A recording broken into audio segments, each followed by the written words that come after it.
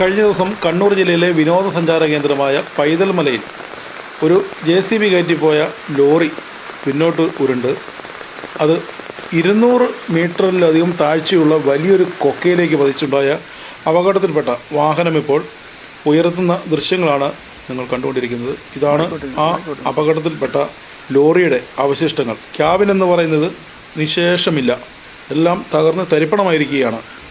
അതുപോലെ ഈ തൊട്ട് താഴെ കിടക്കുന്നതാണ് ഈ വാഹനത്തിൽ ട്രാൻസ്പോർട്ട് ചെയ്തിരുന്ന JCB. ഇതിൻ്റെ മുകളിൽ നിന്നാണ് ഈ സാധനം താഴേക്ക് വന്ന് പതിക്കുന്നത്. ഈ വാഹനം രണ്ടും JCBയും അതുപോലെ ലോറിയും താഴോട്ട് പതിക്കുന്നത്. 200 മീറ്ററിലധികം താഴ്ചയുള്ള വലിയൊരു കൊക്കയാണ്. ഞാൻ അന്നൊരു വീഡിയോ ചെയ്തിരുന്നു. ആ വീഡിയോ ഞാൻ ഇതിൻ്റെ കമൻറ്റ് ബോക്സിൽ ഞാൻ ഇടുന്നുണ്ട്. അന്ന് ചെയ്ത ഈ അപകടം സംബന്ധിച്ച വാർത്തയുടെ വീഡിയോ.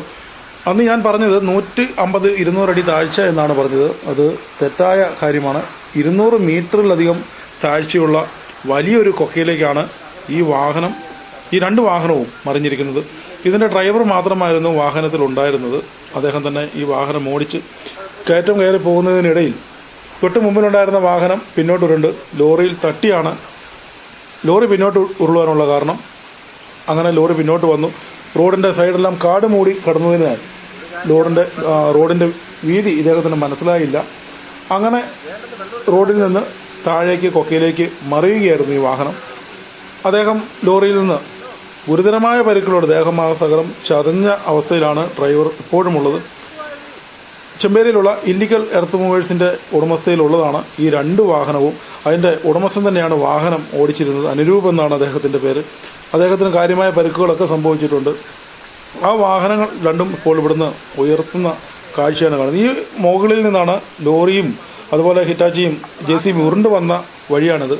ഇപ്പോൾ ഇത് വന്ന് വീണിരിക്കുന്ന സ്ഥലമുടമ അനുവാദം നൽകിയതിനാൽ അതുവഴി ഇപ്പോൾ താൽക്കാലികമായി ഒരു റോഡ് വെട്ടി അവിടെ നിന്ന് ഈ രണ്ട് വാഹനവും പൊളിച്ചു മാറ്റി എടുത്തുകൊണ്ട് പോരുവാനുള്ള ശ്രമമാണിപ്പോൾ നടത്തിക്കൊണ്ടിരിക്കുന്നത്. ഇപ്പോൾ ഈ വാഹനം ഇവിടെ നിന്ന് ലോറി ഉയർത്തി മാറ്റുകയാണ്. ഉയർത്തി മാറ്റി അവിടെ നിന്ന് പൊളിച്ച് വേറെ തൊട്ടുവണ്ടിക്കോ മറ്റേതെങ്കിലും വാഹനത്തിൽ അവിടെ നിന്ന് സ്ക്രാപ്പായി എടുത്തുകൊണ്ട് പോന്നാൽ മാത്രമേ അത് പുറത്തെത്തിക്കാൻ സാധിക്കുകയുള്ളൂ. അതുപോലെ ലോറിയുടെ മുകളിലുണ്ടായിരുന്ന JCBയുടെ അവസ്ഥയും അതിദയനീയമാണ്. ഒരുപാട് കേടുപാടുകൾ ആ JCBക്കും സംഭവിച്ചിട്ടുണ്ട്.